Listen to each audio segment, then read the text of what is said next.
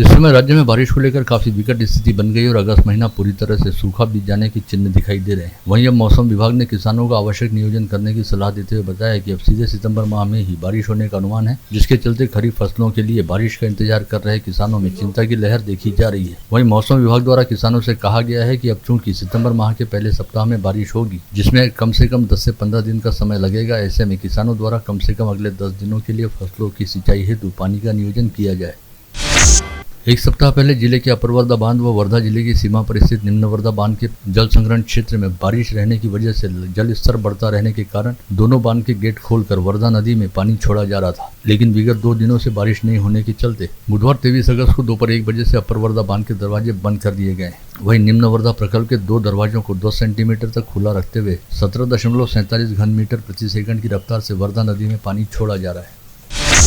दिव्यांग विभाग दिव्यांगों के द्वारा अभियान के लिए सांगली की ओर जा रहे विधायक बच्चू कडू बीती रात सातारा के सरकारी विश्राम गृह में रुके थे, जहां पर मीडिया के साथ संवाद साधते हुए उन्होंने कहा कि उन्हें दबाए रखने की ताकत किसी में नहीं है और उनके लिए मंत्री पद ही सर्वोच्च नहीं है। उनकी मांग पर राज्य में दिव्यांग मंत्रालय बना और दिव्यांग मंत्रालय का जिम्मा भी उन्हें सौंपा गया, जिसके लिए वे मुख्यमंत्री के बेहद आभारी है। वहीं अब अगर वर्ष 2024 तक खुद ब्रह्मा भी आकर मंत्री पद देते हैं तो उन्हें वो मंत्री पद नहीं चाहिए। इससे उलट अब वे प्रहार जनशक्ति पार्टी को बढ़ाते हुए अपने विधायकों की संख्या को 10 से 11 तक पहुंचाएंगे, ताकि प्रहार पार्टी जहां बैठे वहीं सरकार बैठे और प्रहार पार्टी के उठते ही सरकार भी उठ जाए।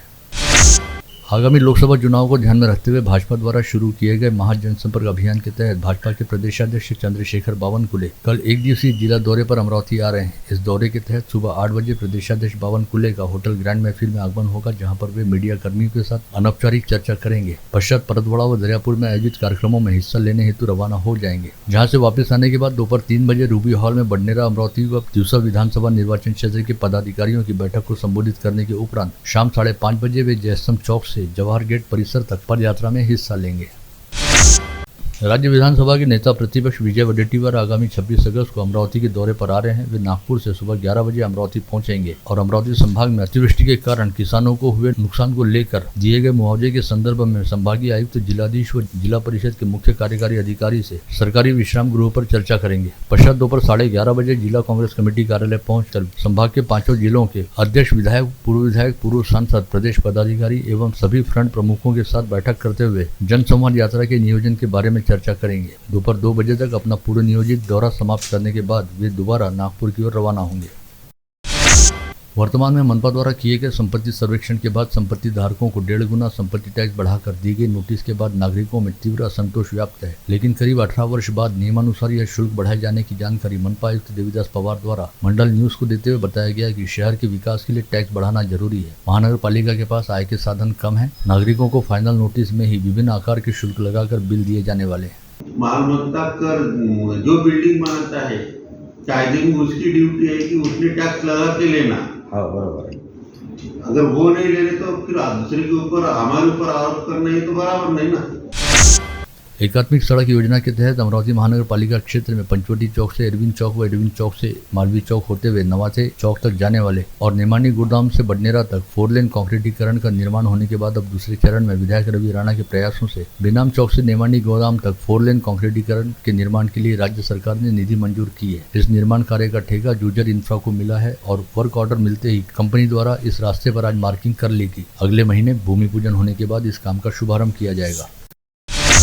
युवा कांग्रेस की शहर इकाई द्वारा अधिक मास व श्रावण मास के निमित्त अमरावती से शेगांव वारी हेतु विगत 4 सप्ताह से प्रति गुरुवार को अमरावती से शेगांव के लिए निःशुल्क बस सेवा उपलब्ध कराई जा रही है, जिसके तहत आज 24 अगस्त की सुबह पुरानी अमरावती परिसर स्थित आजाद हिंद गणेशोत्सव मंडल के प्रांगण से 40 यात्रियों के जत्थे को लेकर निःशुल्क बस शेगांव हेतु रवाना हुई। इस समय यात्रा के आयोजक युवा कांग्रेस के उपाध्यक्ष अनिकेत ढेंगले सहित पूर्व महापौर विलास सिंह गोले और क्षेत्र के विधायक सुनीता भेले सहित कई गणमान्य उपस्थित थे। शहर पुलिस आयुक्तालय द्वारा पुलिस मुख्यालय की बेकार पड़ी जमीन पर 500 पौधों का रोपण जापानी मियावाकी पद्धति से किया गया। इसमें 1 मीटर में 5 पौधे लगाए जाते हैं, जिसे क्लोज प्लांटेशन कहा जाता है और इसे जंगल बनने में महज 3 वर्ष लगते हैं, जिसके बाद पूरा परिसर किसी जंगल की तरह तैयार हो जाता है। यह पर्यावरण पूरक कार्य शहर पुलिस आयुक्त नवीन चंद्र रेड्डी की कल्पना से किया गया। पातुर के महात्मा फुले कला व विज्ञान कॉलेज के शिक्षकेतर कर्मचारी संस्था के अध्यक्ष कथित हिटलरशाही के खिलाफ मंगलवार से स्थानीय शिक्षा उपसंचालक कार्यालय के बाहर सपरिवार भूख हड़ताल की जा रही है, जिसके तहत कॉलेज के कई कर्मचारी भूख हड़ताल पर बैठे हुए हैं। संत गाड़गे बाबा अमरावती विश्वविद्यालय पर मंगलवार से अभियांत्रिकी, फार्मेसी व विधि महाविद्यालय के सैकड़ों छात्र छात्राएं कैरी ऑन की सुविधा की मांग को लेकर धरने पर बैठे रहे। आंदोलन में राष्ट्रवादी कांग्रेस ने भी हिस्सा लेना शुरू कर दिया है। धरने पर बैठे छात्र छात्राओं ने आरोप लगाया कि एक ओर तो प्रकुलगुरु और कुल सचिव द्वारा विद्यार्थियों की मांग पर ध्यान नहीं दिया जा रहा, वहीं दूसरी ओर धरने पर बैठे विद्यार्थियों पर रात के समय जंगली सुअर द्वारा हमला किया गया। सोशल डेमोक्रेटिक पार्टी ने मनपा आयुक्त से शहर की 9 से अधिक शालाओं में स्थायी शिक्षक देने की मांग की। आयुक्त को दिए गए निवेदन में कहा गया कि ठेका पद्धति के शिक्षक सेवक की बजाय स्थायी शिक्षकों की नियुक्ति बेहद जरूरी है। जिला परिषद के शिक्षा विभाग में विभिन्न रिक्त पदों को पदोन्नति से जल्द भरने और प्राथमिक शिक्षकों के प्रतिमाह वेतन में होने वाली देरी को दूर करने की मांग को लेकर कई शिक्षक समितियों ने प्राथमिक शिक्षा अधिकारी को अपनी मांगों का निवेदन सौंपा। अंजनगांव थाना क्षेत्र के हीरापुर गांव में अतिक्रमण विरोधी कार्रवाई का विरोध करते हुए सहारे परिवार के 3 सदस्यों ने पुलिस से कथित तौर पर हाथापाई की और परिवार की एक महिला सदस्य ने जहर गटक कर जान देने की कोशिश की। यह घटना मंगलवार की दोपहर 12 बजे घटित हुई, जिसे लेकर पुलिस ने बुधवार की शाम 5 बजे अपराध दर्ज किया।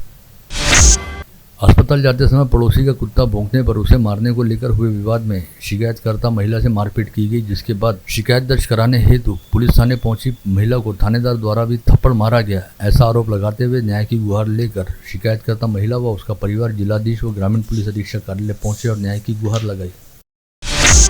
लोनटेक गांव के कुएं में 25 वर्षीय युवक गिरने की जानकारी गुरुवार 24 अगस्त को दोपहर मनपा के दमकल विभाग को मिलने के बाद अधीक्षक अजय पंद्रे के मार्गदर्शन में अग्निशमन दल के कर्मचारियों ने तत्काल घटनास्थल पहुंचकर अथक प्रयास के बाद शव को बाहर निकाला। मृतक की शिनाख्त अभिषेक भैयालाल कुशवाहा के तौर पर हुई है। जिले की सांसद नवनीत राणा को जान से मारने की धमकी दिए जाने के मामले में श्याम टायवाड़े नामक आरोपी को पुलिस द्वारा गिरफ्तार किया गया था, जिसके खिलाफ प्रतिबंधात्मक कार्रवाई करते हुए उसे गत रोज एसीपी पूनम पाटिल के समक्ष हाजिर किया गया और एसीपी पाटिल ने नोटिस पर श्याम टायवाड़े को रिहाई दी।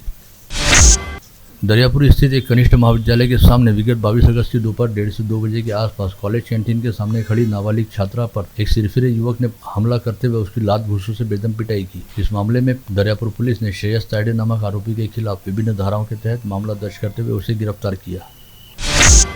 नंदगांवपेट पुलिस थाना क्षेत्र अंतर्गत एक विवाहिता के साथ उसके घर में घुसकर छेड़छाड़ और जोर जबरदस्ती करने का प्रयास किया गया। शिकायत के आधार पर नांदगांव पुलिस ने पिंटू उर्फ चंद्रशेखर सोनटक्के नामक आरोपी के खिलाफ अपराध दर्ज करते हुए जांच शुरू की है।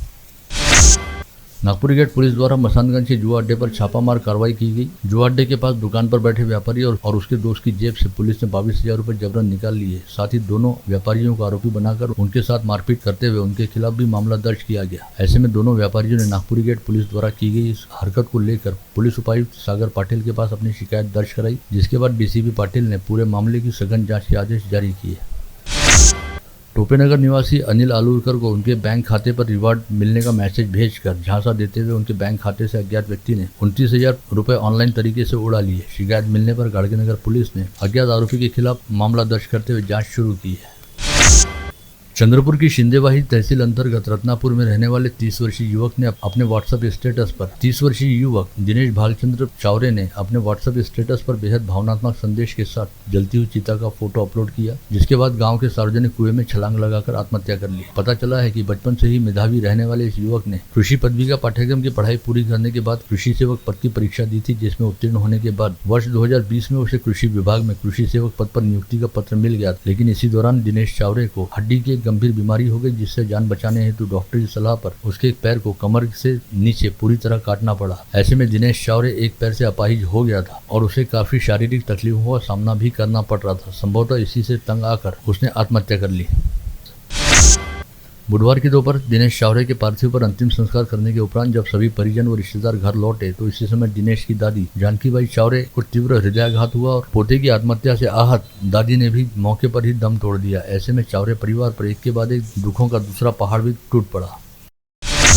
यवतमाल जिले की पुसद तहसील के निम्बी में बुधवार सुबह 10 बजे सड़क पार कर रहे 10 वर्षीय बच्चे को 4 व्हीलर वाहन ने जोरदार टक्कर मारी, जिससे उसकी मौत हो गई। मृतक की शिनाख्त ओमकार किशन लांडगे के तौर पर हुई है। ओमकार अपने माता पिता का इकलौता बेटा था और उसके पिता का 3 माह पहले निधन हो गया था। वहीं उसकी मां नौकरी के लिए पुणे में रहती है और ओमकार अपनी दादी के साथ निम्बी गाँव में रहा करता था। डफरिन अस्पताल के बॉम्बे फैल परिसर में रहने वाली सुशीला शिंदे नामक 70 वर्षीय बुजुर्ग मकान मालकिन को सोने के गहने लूटने की लालच में आकर जान से मार देने के आरोपी किराएदार संतोष जाम्बुलकर को स्थानीय जिला न्यायाधीश मोडक की अदालत ने दोषी करार देते हुए आजीवन कारावास और 10,000 रुपए के आर्थिक जुर्माने की सजा सुनाई। इस मामले में अभियोजन पक्ष की ओर से अतिरिक्त सरकारी अभियोक्ता सुनील देशमुख ने सफल युक्तिवाद किया। आप देख रहे थे मंडल न्यूज बुलेटिन। हमारे चैनल को लाइक करें, शेयर करें और हाँ, सब्सक्राइब करना ना भूलें। कल होगी आपसे फिर मुलाकात, तब तक के लिए धन्यवाद।